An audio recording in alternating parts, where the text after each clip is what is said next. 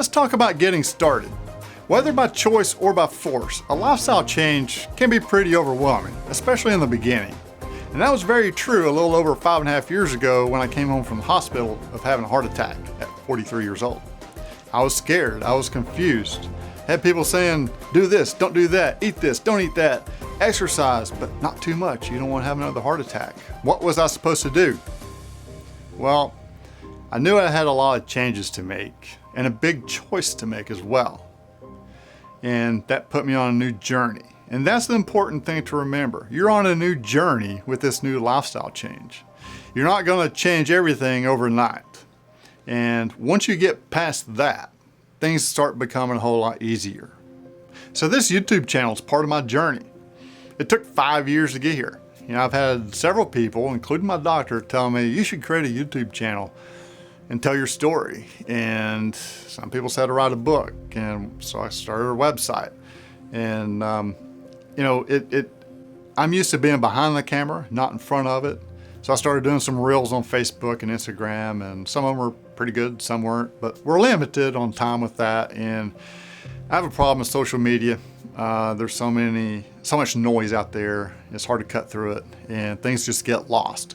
But it took a while to get here, and I didn't just start the YouTube channel, and I didn't want to regurgitate information like a lot of influencers are. Everything I share is things that I've applied and do myself, and things I've learned along the way. Some things worked well, some didn't. And that's the things I want to cover, and not just saying, oh, this study says that, and these people say this, and that's noise. It's going to throw off your journey. And so let's go a little bit deeper. Let's go back to the lifestyle changes. Now, they told me I had to walk 30 minutes a day at a minimum. Well, at the time, that was out of the question for me. I had to do 5 minutes 6 times a day. And mentally, that made me feel pretty weak. And so that was a mental hurdle I had to get over. But, so let's do the 5 minutes 6 times a day. And once that became easier, I expanded on it. I added a minute, got it to 15 minutes at a time, and then 30 minutes at a time. And I'm like, this is awesome. That's what they wanted me to do. Well, let's don't stop there. Let's go 40 minutes, 45 minutes. And then it got up to an hour. I'm like, this is awesome. Well, let's bump up the speed. And I was walking at a very brisk pace. And so I was feeling better, feeling more confident. And that's the thing. As you accomplish a goal, you get more confident in yourself. And that carries over into other things as well. And 4 months later, I went for a run on the beach. I told my wife, I said, I'm gonna go for a run. She's like, oh my God, don't have a heart attack. And I tell you what, it was the most liberating thing I've ever done in my life. It was only 0.3 of a mile, but it felt so good. And I shared a screenshot of my Fitbit activity to my sister and brother-in-law, Beth and Aaron, who are triathletes with E3 Tri. And the 3 E's are expose, equip, and encourage. And let me tell you, they really encouraged me to keep going. So thank you, Beth and Aaron. I met some really cool people on their team. And even though I'm not a teammate, they make me feel like a part of that family. So thank you all. But anyway, they encouraged me to keep going. So I went to the track and started running, and just kept building on. I did a lap, a quarter mile, and then half a mile and a mile, and started doing 3 miles, and it just kept growing. And I did the Galloway method, run walk intervals, which there's some cardiovascular benefits to that. And but anyway, I just kept expanding on it. And I wanted to do a 5K by Thanksgiving. Well, I ended up doing a 4-mile race on July 4th. And so I kind of beat that goal by a long shot. But it is part of the process, part of the journey.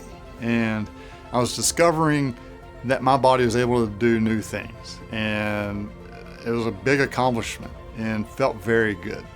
And I fell in love with running. So thank you, Beth and Aaron, for encouraging me to keep going. And you gotta have people in your corner in your lifestyle changes, because they're not cheerleaders. That's not what you're looking for. You need people to support you. And I've had some good people in my corner. And another thing, like, I started running a lot, but I didn't do strength training. And strength training is very important. I wish I prioritized that before I got into the running. Because knowing what I know now, that's, I think, more important. Strength training helps running and everything else. And as we get older, muscle mass is important. I don't care if you're male or female, how old you are, you need to work out. But in that process, in that getting there, this is something you don't hear about. All these influencers on social media are talking about how much they can lift, how much they can run, how much they can do this, how much they can do that. It's overwhelming for people, especially getting started. It was for me. And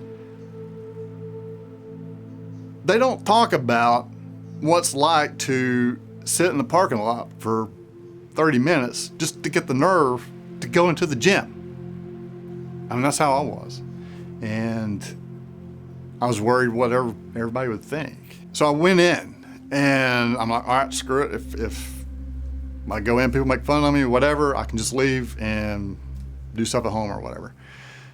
Nobody said a word except for hello, welcome, that type of thing. I felt very welcome there. And, it's like I was there to do my thing and then I left. And over the course of a couple of years, I made some gym friends and saw some people from previous chapters of my life. Like I saw, my old biology teacher and some other people. And it's like you reconnect with people in your new journey from other chapters of your life. And, Edwin Wong, we used to work together many years ago, and running has brought us together. And that's pretty awesome. Like we didn't do any of that back in the day. And now we run together. It's part of having people in your corner and being supportive. That's one thing I try to do with friends of mine. If you're starting something new, I want to be there for you. But sadly, some people just give up. And I've been through that myself. I question if all these changes I was making, because I made a lot of changes, and I question if they were worth it. And a few months into, I don't know when it was, maybe a year into it, came across a Facebook group for other heart attack survivors, and actually met a couple people in there who were ahead of me in their journey. And but Clayton and Ken, you guys are awesome. You showed me that the changes I was making is worth it. There's not a lot of people who will actually transform your whole life for the better after having a heart attack or any other disease. So many people will just take the meds and the script, if you will, and hope for the best. But I'm telling you, this stuff is worth it. Making a lifestyle change is so worth it. I'm able to run, jump, lift heavy things, do things I haven't done in such a long time, like walk up steps without huffing and puffing. Feel so much better. And guys, as embarrassing as it is to say this, it should have been warning sign number 1. If Junior doesn't play like he used to, something's wrong. Get things checked out and make the changes that need to be changed, because it's 100% worth it. Trust me. So having the heart attack gave me a better life, and getting the courage to change the things that need to be changed enabled me to do this. And it's just getting started, taking that first step to get out the door, to say, I need to go walk 5 minutes. I need to go walk to the mailbox. I need to walk to the end of the street. I need to do this 6 times a day to get my 30 minutes in. Well, let's not stop there. Let's keep going. I need to do push-ups. I need to do squats. I need to do this and that. I need to quit eating sugar. I need to quit smoking.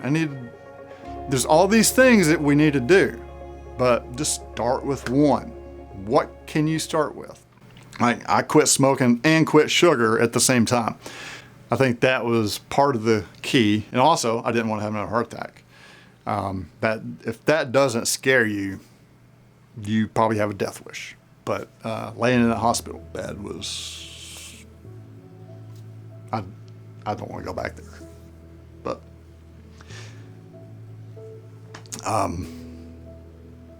you know, here's another one, another little thing I got. Be a warrior, not a warrior. And that it's actually very fitting right now. So you can't worry about the things that you haven't changed yet. As long as you start making changes and you stick with them, you become a warrior.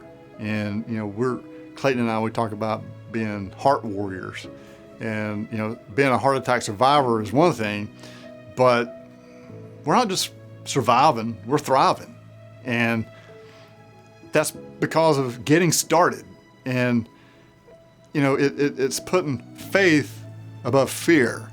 It's about making good choices, and just don't overload yourself. And you got a blank canvas. What are you going to paint on yours? You know, there's something to be said about now being 49 years old, feeling much better than when I was 39, doing so many more things than when I was 29, and waking up like a teenager again. But I wouldn't have experienced any of that if I didn't get started and staying with it. And there's something I want to really point out is I did this without jumping on any of the diet cults, we'll say, because there's many good things that we can take out of each one, which I'll cover in future videos. So this has gone on longer than I anticipated, and that's the beauty about YouTube. We don't have time limits, right? So the key is to get started on your plan. Have some sort of plan. It doesn't have to have every step laid out. You know, this is the way you do these things to get this result, because everybody's different until we're not. But you know, we have different situations, and what works for me might not work for you in your current situation, but the same logic and process can apply. So let's just say you drink 6 sodas a day and you know you need to quit. Well, today drink 5 and replace the 6th one with water and hopefully some electrolytes. And then a couple more days, go down to 4. And then a few more days after that, go down to 3. Or break into halves if you want. That's a manageable change. And you know, once you start doing that, you'll be like, oh, this is easier. And you know, it builds upon that. But the key is to get started and have somebody in your corner. If you can have a good support group or even one person who will support you in your goals, that will go a long way. Thank you. Let me know what you thought of my first actual YouTube video.